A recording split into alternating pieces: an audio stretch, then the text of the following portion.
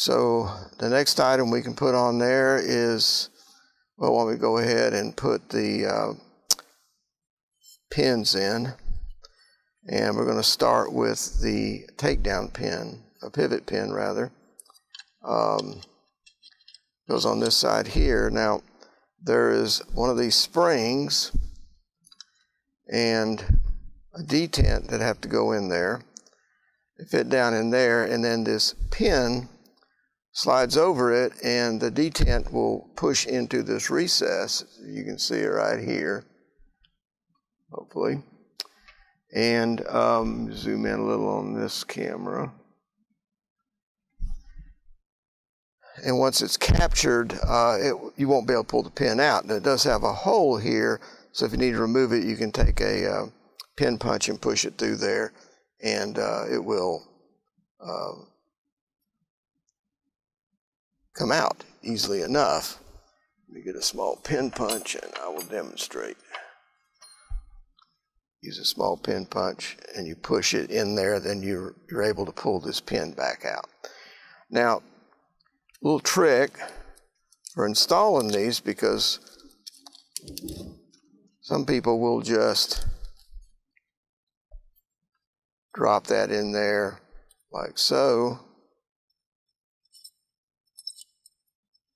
then try to push this down on top of that spring and hold that while they stick this pin in there. Well, you can imagine this thing is going to go flying. As a matter of fact, it's going to go into another dimension.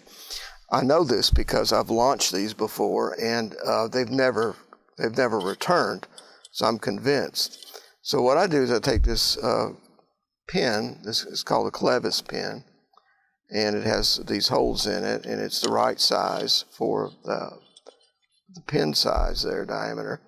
And just line up one of the holes and drop the spring through it. And then you're going to push the detent down in there.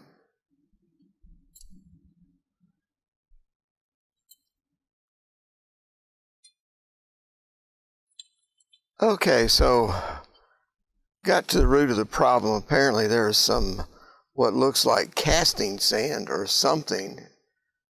Close up of that, it came out, all that material came out of that hole there. So spring would not compress. So if you run into this, you might check that.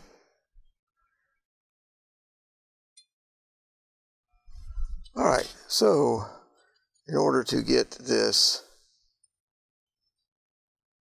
pin and detent in, take the clevis pin, insert it through the hole like so, drop the spring in the hole like so,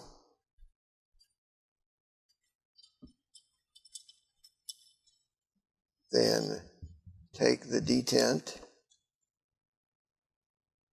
and insert it in the hole, and using a pin punch of some kind, or a Allen key or anything you got that'll fit in the hole, we're going to push the detent down into the hole and rotate the pin so that it's captured now. Then we take the pivot pin,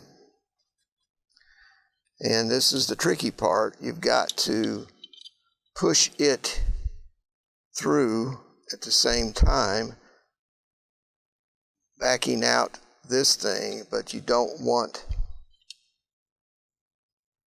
that tiny little thing to come flying out of there. So we're going to do it just like that, kind of quickly, and you can see now it's captured.